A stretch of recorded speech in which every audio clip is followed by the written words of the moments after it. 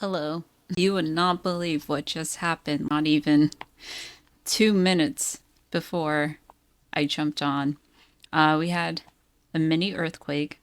It was very small. It only lasted like a few seconds, and it wasn't too bad. But I've survived a few earthquakes in this house, and the earthquakes always give me the creeps. But it's part of living in the Bay Area.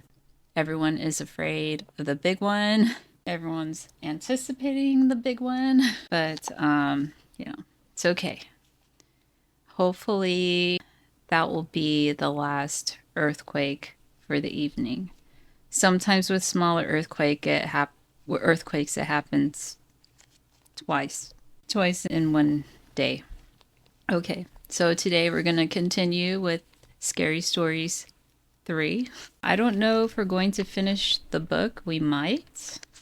And then once we finish that, we still have some more days until Halloween. This is how I feel sometimes. This is how I felt this past week when I was on my period. This short story is called The Red Spot. While Ruth slept, a spider crawled across her face. It stopped for several minutes on her left cheek, then went on its way. "What is that red spot on my cheek?" she asked her mother the next morning. "It looks like a spider bite," her mother said. "It will go away, just don't scratch it." Soon the small red spot grew into a small red boil. "Look at it now," said Ruth. "It's getting bigger, it's sore." "That happens sometimes," her mother said. "It's coming to a head." In a few days, the boil was even larger. "Look at it now," Ruth said. "It hurts and it's ugly." "We'll have the doctor look at it," her mother said. "Maybe it's infected." But the doctor could not see Ruth until the next day. That night, Ruth took a hot bath. As she soaked herself, the boil burst. Out poured a swarm of tiny spiders from the eggs her mother had laid in her cheek. That is nasty. That is gross. Oh, I didn't realize there were spiders coming out of her face. Look at that. It's all right there. Ew. That is gross. That sounds like alien stuff. This one is titled No Thanks. Thursday nights, Jim worked as a stock boy in one of the malls in the highway. By 8:30, he was usually finished and he drove home. But that night, Jim was one of the last to leave. By the time he got out to the huge parking lot, it was almost empty. The only sounds were cars in the distance and his footsteps on the pavement. Suddenly, a man stepped out of the shadows. "Hey, mister," he called in a low voice. He held out his right hand. Balanced on the palm was a long, thin blade of a knife. Jim stopped. "Nice, sharp knife," the man said softly. "Don't panic," Jim thought. The man stepped toward him. "Don't run," Jim told himself. "Nice, sharp knife," the man repeated. Give him what he wants, Jim thought. The man came closer. He held the knife up. "Cuts nice and easy," he said slowly. Jim waited. The man peered into his face. "Hey man, only $3. 2 for 5. Nice present for your mama." "No thanks," Jim said. "She got one." And he ran for the car. Creepy salesman. Next is a poem titled What is Going On Here? When bottles began popping and furniture began flying all over the house, there were many explanations, but none of them was right. Then someone had a scary answer that could involve you. Me? Not me. This one is titled The Trouble. The events in this story took place in 1958 in a small white house in a suburb of New York City. The names of the people have been changed. Monday, February 3. Tom Lombardo and his sister Nancy had just come home from school. Tom was going on 13. Nancy was 14. They were talking to their mother in the living room when they heard a loud pop in the kitchen. It sounded like a cork had been pulled from a champagne bottle. But it was nothing like that. The cap on a bottle of starch had somehow come unscrewed, and the bottle had tipped over and spilled. Then bottles all over the house began popping. Bottles of nail polish remover, shampoo, bleach, rubbing alcohol, even a bottle of holy water. Each had a screw cap that took 2 or 3 full turns to open, but each had opened by itself, without any human help, then had fallen over and spilled. "What is going on here?" Miss Lombardo asked. Nobody knew, but the popping soon stopped and everything went back to normal. It was just one of those crazy things, they decided, and put it out of their minds. Thursday, February 6th. Just after Tom and Nancy got home from school, 6 more bottles popped their caps. The next day, at about the same time, another 6 did. Sunday, February 9th. At 11 o'clock that morning, Tom was in the bathroom brushing his teeth. His father was standing in the doorway talking to him. All of a sudden, a bottle of medicine began moving across the vanity by itself and fell into the sink. At the same time, a bottle of shampoo moved to the edge of the vanity and crashed to the floor. They watched, spellbound. "I'd better call the police," Mr. Lombardo said. That afternoon, a patrolman interviewed the family as bottles popped in the bathroom. The police assigned a detective named Joseph Briggs to the case. Detective Briggs was a practical man. When something moved, he believed that a human or an animal had moved it, or that it moved because of a vibration or the wind or some other natural cause. He did not believe in ghosts. When the Lombardos said they had nothing to do with what was going on, he thought that at least one of them was lying. He wanted to examine the house. Then he wanted to talk to some experts and find out what they thought. My throat is dry. Thursday, February 11th. The bottle of holy water that had opened a week before opened a second time and spilled. 2 days later, it spilled again. So that would be on a Thursday. Saturday, February 15th. Tom, Nancy, and a relative were watching TV in the living room when a small porcelain statue rose up from the table. It flew 3 feet through the air, then fell to the rug. Monday, February 17th. A priest blessed the Lombardo's house to protect it against whatever was causing the trouble. Thursday, February 20th. While Tom was doing his homework at one end of the dining room table, a sugar bowl at the other end flew into the hall and crashed. Detective Briggs saw it happen. Later, a bottle of ink on the table flew into a wall and broke, spattering in all directions. Then another porcelain statue took off. It traveled 12 feet, then smashed into a desk. Oh, this is all in the same month. Just days of each other. Friday, February 21st. To get some peace, the Lombardos went to a relative's house for the weekend. While they were gone, everything at the house was normal. Sunday, February 23rd. When the Lombardos returned, another sugar bowl took off. It flew into the wall and smashed into smithereens. Later, a heavy bureau in Tom's room toppled over, but no one was in the room when it happened. Monday, February 24th. By now, Detective Briggs had talked to an engineer, a chemist, a physicist, and others. Some thought that vibrations in the house were causing the trouble. These could come from underground water, they said, or from high-frequency radio waves, or from sonic booms caused by airplanes. Others said that the electrical system was the cause, or downdrafts coming through the chimney. The popping of bottles was blamed on chemicals the bottle contained. Tests showed that there were no vibrations in the house. There was nothing wrong with the electrical system, and there were no chemicals in the bottles that would make them pop. Then what was causing the trouble? None of the experts knew, but every day the Lombardos received dozens of letters and telephone calls from people who thought they did know. Many believed that the house was haunted, but they thought that a poltergeist was on the loose.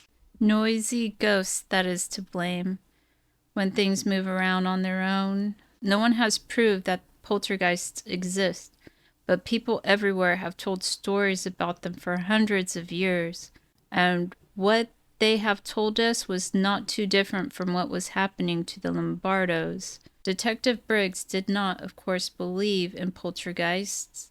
He had begun to believe that Tom Lombardo might be to blame. Whenever something happened, Tom was usually in the room nearby. When he accused Tom of causing the trouble, the boy denied it. "I don't know what's going on," he said. "All I know is that it scares me." People said that Detective Briggs was a tough cop who would turn in his mother if she did something wrong. But he believed Tom. Only now he didn't know what to think. Tuesday, February 25th. A newspaper reporter came to the house to interview the family. Afterward, he sat in the living room by himself, hoping that something would happen that he would describe in his story. Tom's room was just across the hall from where the reporter sat.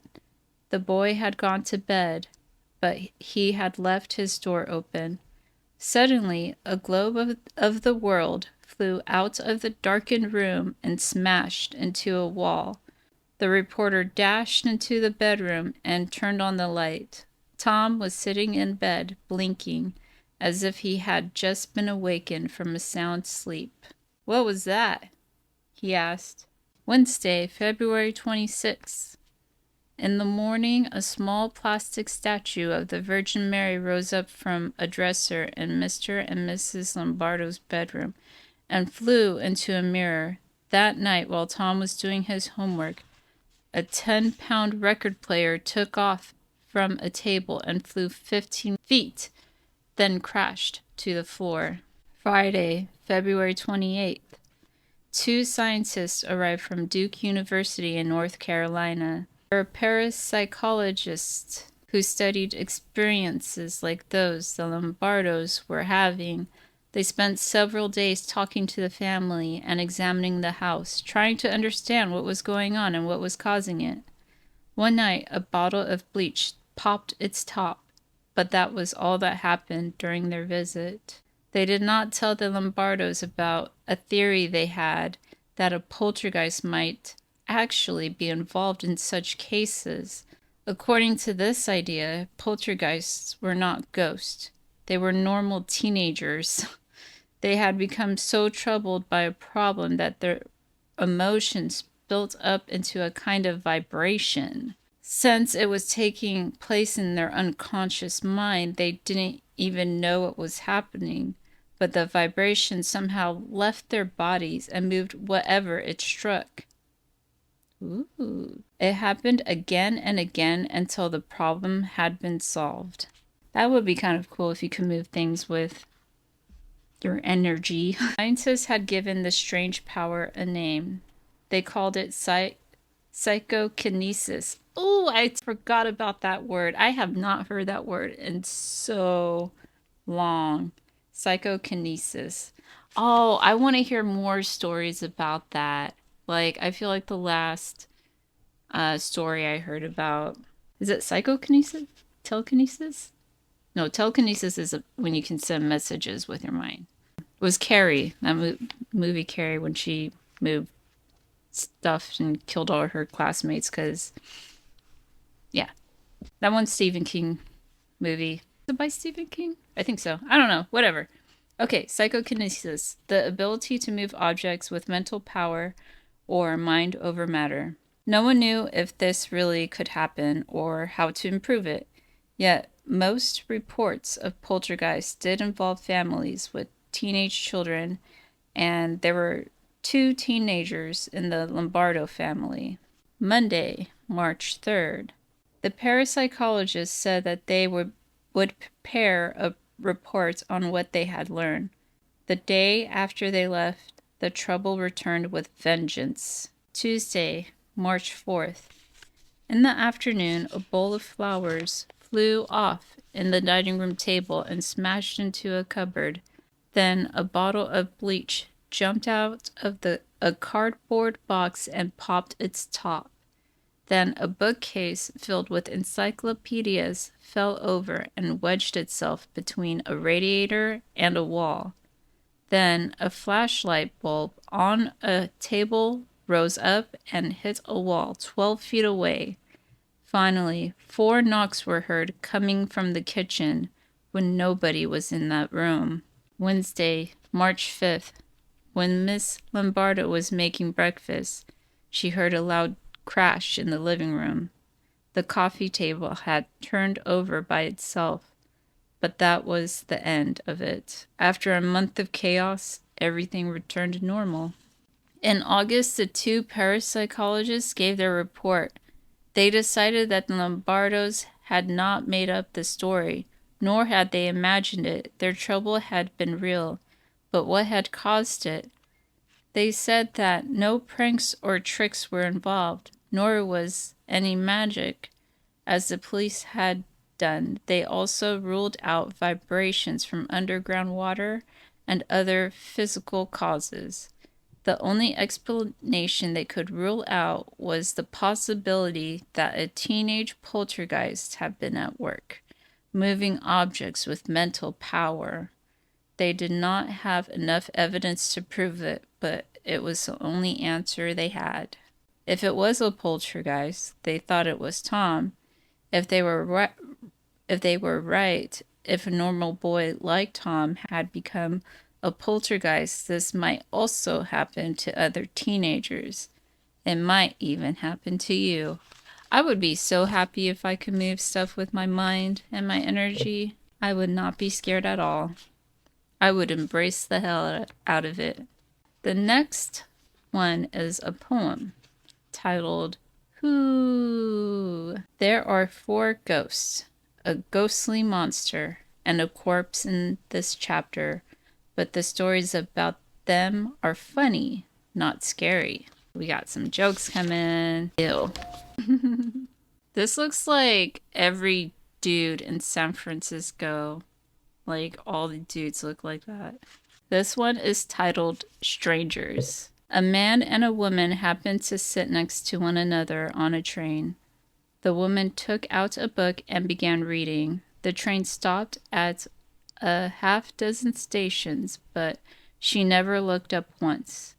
The man watched her for a while, then asked, "What are you reading?" "It's a ghost story," she said. "It's very good, very spooky." "Do you believe in ghosts?" he asked. "I do," she replied. "There are ghosts everywhere." "I don't believe in them," he said. "It's just a lot of superstition. In all of my years, I've never seen a ghost, not one." "Haven't you?" the woman said, and vanished. The Hog. When Arthur and Anne were in high school, they fell in love. They were both big, fat, and jolly, and seemed suited to one another. But as sometimes happens, things don't work out. Arthur moved away and married someone else, and Anne didn't marry anyone. And not too many years later, she got sick and died. Some said it was from a broken heart. One day, Arthur was driving to a small town not far from where he and Anne had grown up. He realized that a hog was following him. No matter how fast Arthur drove, the hog stayed right behind. Each time he looked back, there was the hog. It began to irritate him. Finally, he couldn't stand it any longer. He stopped his car and rapped the hog on its snout good and hard. "Get out of here, you fat, dirty thing," he shouted. To his astonishment, the hog spoke to him, and it was Anne's voice he heard. "It's her ghost," he thought. "She has come back as a hog." "I was doing no harm, Arthur," the hog said. "I was just out for a brisk walk, enjoying myself. How could you strike me after all that we meant to one another?" With that, she turned and trotted away. When you tell this story, have the hog speak in a high voice. Too late. This one looks creepy. This one is titled, "Is Something Wrong?" A car broke down late that night. A car broke down late at night, way out in the country. The driver remembered passing an empty house a few minutes earlier. "I'll stay there," he thought. "At least I'll get some sleep." He found some wood in the corner of the living room and made a fire in the fireplace. He covered himself with his coat and slept. Toward morning, the fire went out and the cold awakened him. "It'll be light soon," he thought. I'll go for help." He closed his eyes again, but before he could doze off, there was a terrible crash. Something big and heavy had fallen out of the chimney. It laid on the floor for a minute. Then it stood up and stared back down at him. The man took one look and started running. He had never seen anything so horrible in his life. He paused just long enough to jump through a window. Then he ran and ran and ran and ran until he thought his lungs would burst. As he stood in the road, panting, trying to catch his breath, he felt something tapping him on the shoulder. He turned and found himself staring into two big, bloody eyes and a grinning skull. It was a horrible thing. "Pardon me," it said. "Is something wrong?" Me when I'm out in public and people are giving me weird looks. Is there something wrong? This one is titled, "It's Him." The woman was the meanest, most miserable person you could imagine, and her husband was just as bad. The only good thing was that they lived in the woods all by themselves and couldn't bother anybody else. One day, they were off somewhere getting firewood, and the woman got so mad at her husband that she grabbed an axe and cut his head off, just like that. Then she buried him nice and neat and went home.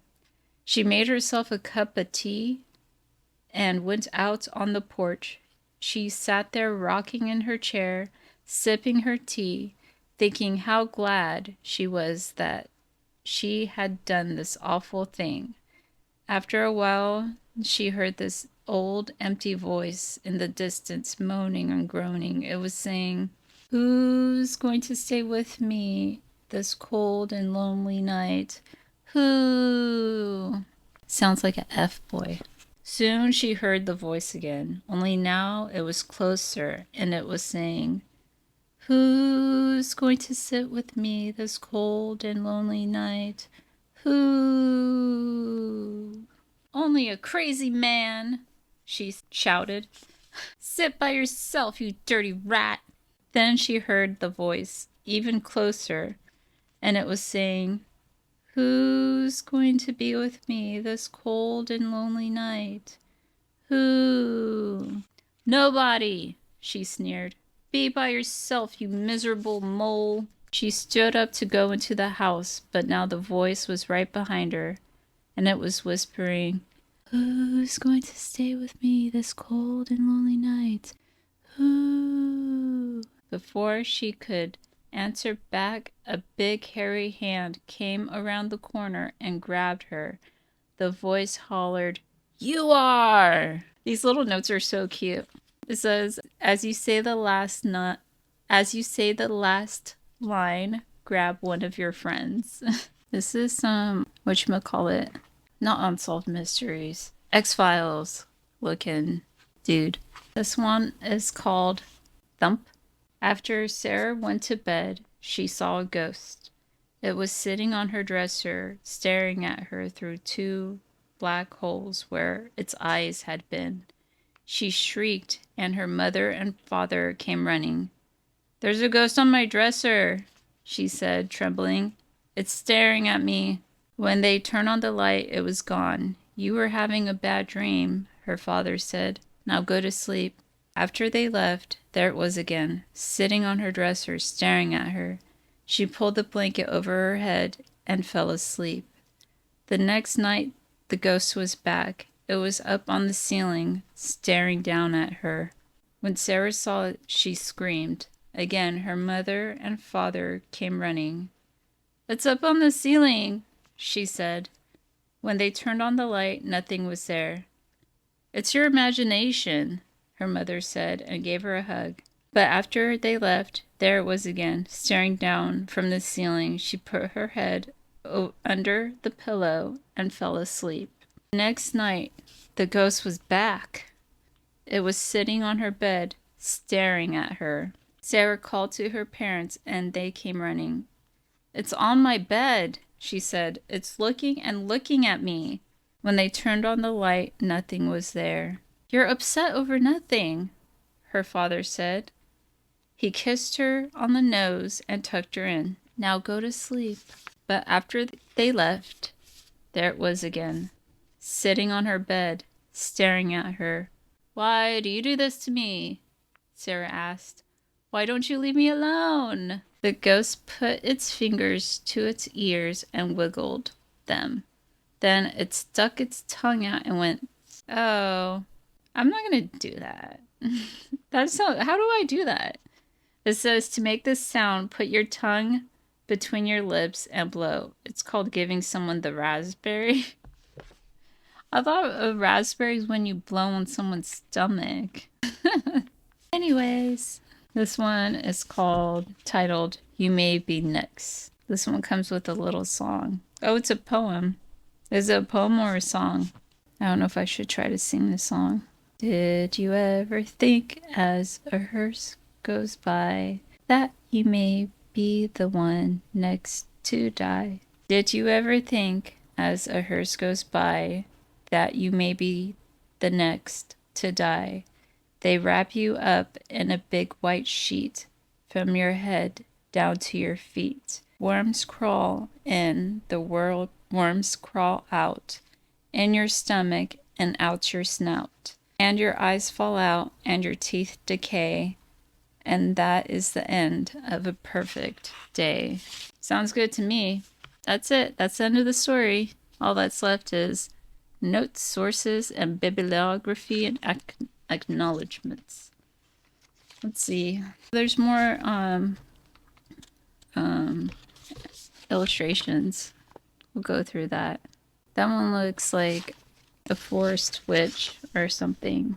I don't know if I should read where the stories come from. I can't. That one story with all the dates was boring. That was my least favorite one. I kind of zoned out while I was reading it. I think that's the last illustration. And then the rest are the bibliography and articles. That's it.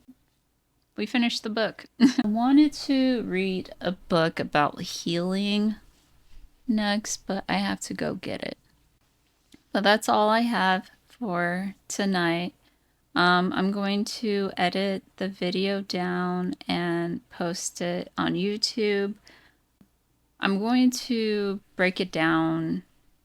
Yeah, I don't know how I'm going to set it up yet on YouTube, but I definitely want to put it out there. I think it might make some good content, at least like sleepy time content, because I know I personally like to listen to audiobooks and YouTube bedtime stories. So hopefully, this little series would make a nice sleepy time series. But that's all I have for tonight. I hope you have a good one. I believe this is Halloween weekend. So yeah, just be safe. I don't party on Halloween anymore. I have seen enough, and I am fulfilled. I don't know if I really want to say fulfilled. I've had some pretty crazy Halloween stories. My most memorable one, which is unfortunately a very dark one, was when I went to San Francisco to celebrate Halloween. I was with my friends at the time.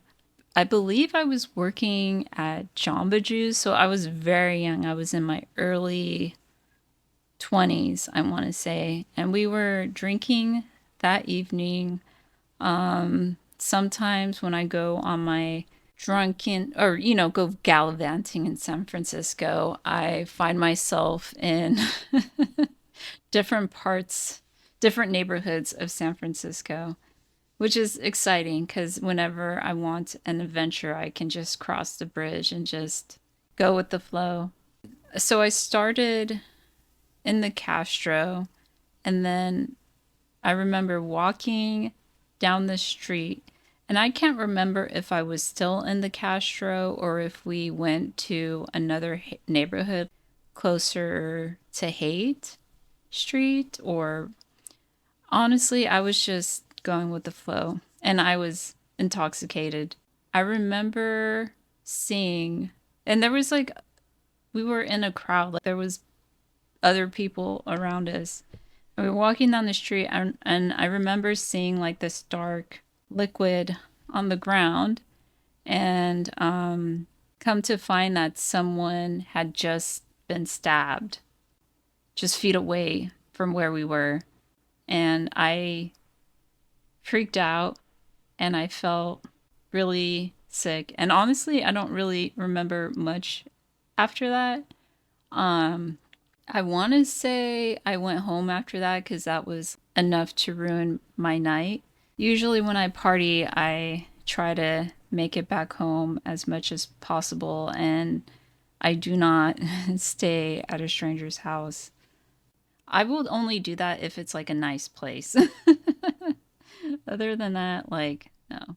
I was so crazy. Was I? No, I wasn't that crazy.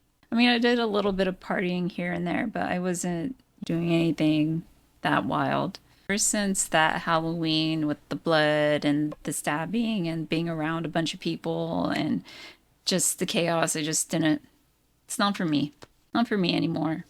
I have a feeling that's probably one of the reasons why I don't really like going to large events, crowded events, just where there's going to be a lot of people outdoors. I'm just not into anymore.